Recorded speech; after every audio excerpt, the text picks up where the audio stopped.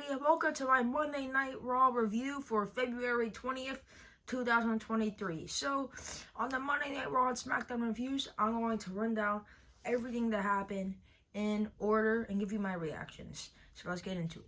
To kick off the show, I was surprised because Sami Zayn kicked off the show. The reason I was surprised because usually no one from the Bloodline story comes out during Raw. They always come out on SmackDown.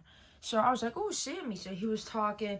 He didn't really talk much because they were still in Canada. So Canada was like, whoa, giving a big ovation. And then he asked for Kevin Owens to come out. And well, Kevin Owens did come out. And Sami Zayn said, we need to work together to take down the Bloodline. Kevin Owens said, no, I'm not helping you. I said I'm done with you. I'll do it by myself. So Kevin Owens left. And then Sammy was sad. The commentators were running down everything that was going to happen on the show. Then he was about to leave. And then Baron Corbin, for no reason, came out and attacked him. Baron Corbin came out and attacked him, beat the hell out of Sammy. And then he started talking real shit about Sammy, saying that he didn't deserve it. I told you weren't going to win. You're going to get squashed. And what happened to Roman Reigns? And he said something about his family. And then so we had a match. Sami Zayn versus Baron Corbin. It was our first match of the night. And Baron Corbin, the end was Baron Corbin hit like a splash on one of the turnbuckles on one of the sides. And then he was running back to the other side. Haluva kick real quick. 1, 2, 3. Get Corbin out of here. Sami Zayn beat Baron Corbin and then he left. I also want to mention when Baron Corbin blindsided Sami Zayn, they cut right to commercial break. And they show, like, the tiny version, what's happening, and then they show the ads. I don't know why they did that. They did that a lot. I guess they need that ad revenue or something. Then Rhea Ripley and Dominic had a backstage interview, mainly Rhea Ripley. Dominic was just there. And, well, Rhea Ripley will be on SmackDown. And Dominic will be on SmackDown, too, because, you know, Ray's going to be there. And Rhea and Charlotte are going to do something on SmackDown.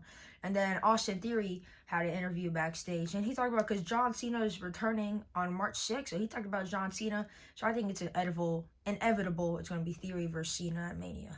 Our next match is Dolph Ziggler versus Mustafa Ali.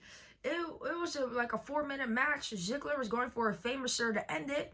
Ali did a cool reverse, then rolled him out 1, 2, 3, and Mustafa Ali won the match. I got that prediction correct. And then he was like, I won. I think sarcastic that he won because, you know, Ziggler said to put a smile on his face. So Mustafa Ali beat Dolph Ziggler. Then The Miz had an interview, and it was him and Maurice's anniversary, and Maurice gave him a secret envelope, and he said he's going to reveal it next week on Raw. So I wonder what that is. And then in the ring, Cody Rhodes came out, because I told you Cody Rhodes was going to come out. He always does. And right before he could say anything on the Titantron, Paul Heyman started talking. They did a normal back and forth. Nothing really big happened, but then Cody Rhodes said, he's like, Roman, don't ever send this man again. I'm coming for your title. Your reign will be over. That was the end of that. Then Asuka and Nikki Cross had a match. Asuka beat Nikki Cross with the armbar. And then Bianca Belair came and she was like, they're going face to face, Asuka and Bianca. Then they were just looking at each other for about a minute.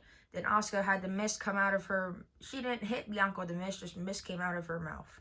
Then Carmella had a backstage interview saying that she wants revenge for Asuka. I don't know what that meant. Well, we'll know what that means later in the show. And then Seth Rollins, he looked happy, but then he said Logan Paul doesn't belong here and talked smack about Logan Paul again. Then a big thing happened. In the backstage, MVP was talking. Then Omos came, and Omos challenged Brock Lesnar to a WrestleMania match. What? I did not expect that. He challenged them, and they're going to have something next week. Will Brock Lesnar accept Omos' challenge? That would be crazy.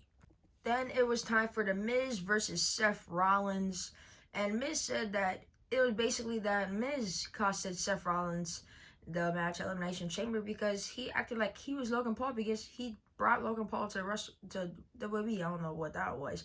But Seth Rollins won by referee stoppage because he stomped The Miz 3 times. He stomped him. 1, 2, 3. Get him out of here. And, well, Seth Rollins won. Then backstage again, Carmella talked to Adam Pearce. And it's official next week. It's going to be Carmella versus Asuka. Then Chelsea Green was on the phone with Adam Pearce and asking why she was sent to Ottawa, Iowa, and not Ottawa, Canada. And Adam Pearce was like, oh well. And then still in the backstage, Gable and Otis were looking in the mirror. Out came Bronson Reed, because Bronson Reed's going to fight Gable later in the night. And he was like, what are you guys doing? He said, we're doing our modeling career. Then we had Ding Dong Hello and Bailey's guest were Damage Control. Dakota Kai and Io Sky. They didn't really talk much before Becky Lynch came out. And Becky Lynch said she wanted the women's titles. And out came Lita. So it's official next week. It's going to be Becky Lynch and Lita versus Damage Control for the women's tag team championships. Wow. Then Candice LeRae had an interview talking about if Johnny Gargano is fine, she said. And then Nikki Cross, she was asking Nikki Cross why she is always following her. And then she announced that's going to be Candice LeRae versus Piper Niven next week.